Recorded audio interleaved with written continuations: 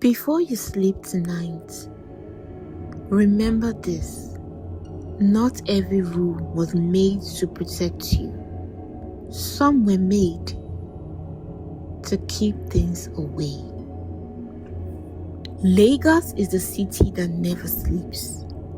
Cars shouting, generators coughing, people hustling like tomorrow owes them money. But in Obalende, people don't stay awake because of the noise. They stay awake because of the rules. My name is Toby. I've lived here my whole life. When I was younger, my grandmother used to whisper those rules to me at night. Not like warnings, like bedtime stories. She would say, Toby, no matter how hungry you are, never buy food from a man who isn't sweating. I used to laugh.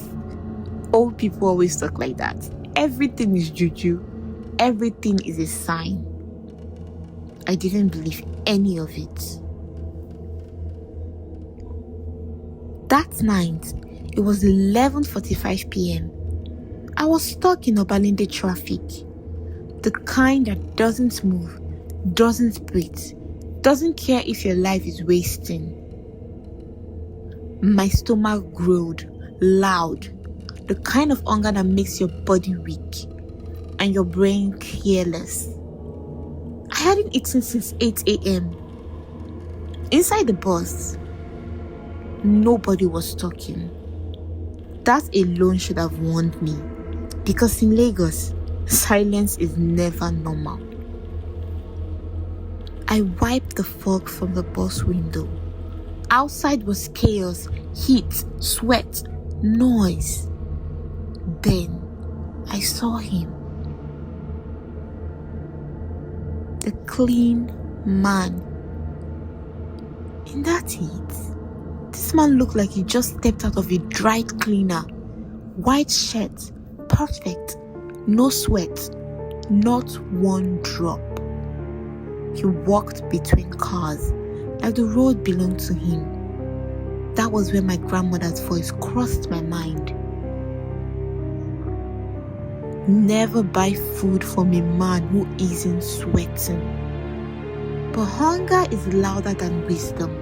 So I leaned forward and shouted, Oga, bring 2 gala and 1 cold Fanta. The bus went silent. Not normal quiet. Dead quiet.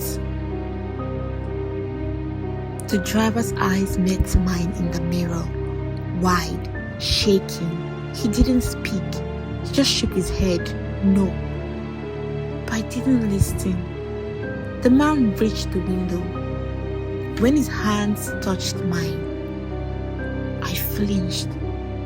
Cold, not 9 breeze cold. Cold, like something that had never felt sunlight. He smiled, too wide, too many teeth. Eat well, my friend, he said. You need the energy for where you're going. I gave him 500 Naira. He didn't give change, just kept smiling. Then, suddenly, traffic moved. The driver slammed on the accelerator like he was running from something. Hey! I shouted. My change! I looked back. He was still there, standing in the middle of the road, except he wasn't getting smaller.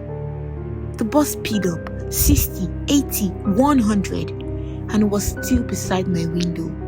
Not running, not walking, just gliding, staring at me. I looked down at the gala in my hand. I opened it.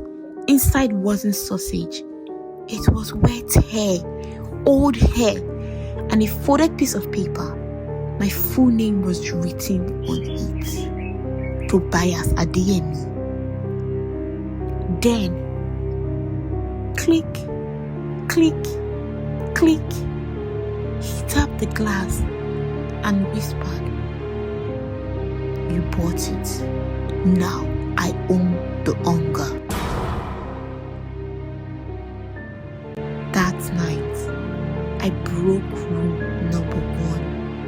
And since then, the light has never risen properly for me, because something is still waiting for me to finish paying the rest of the price.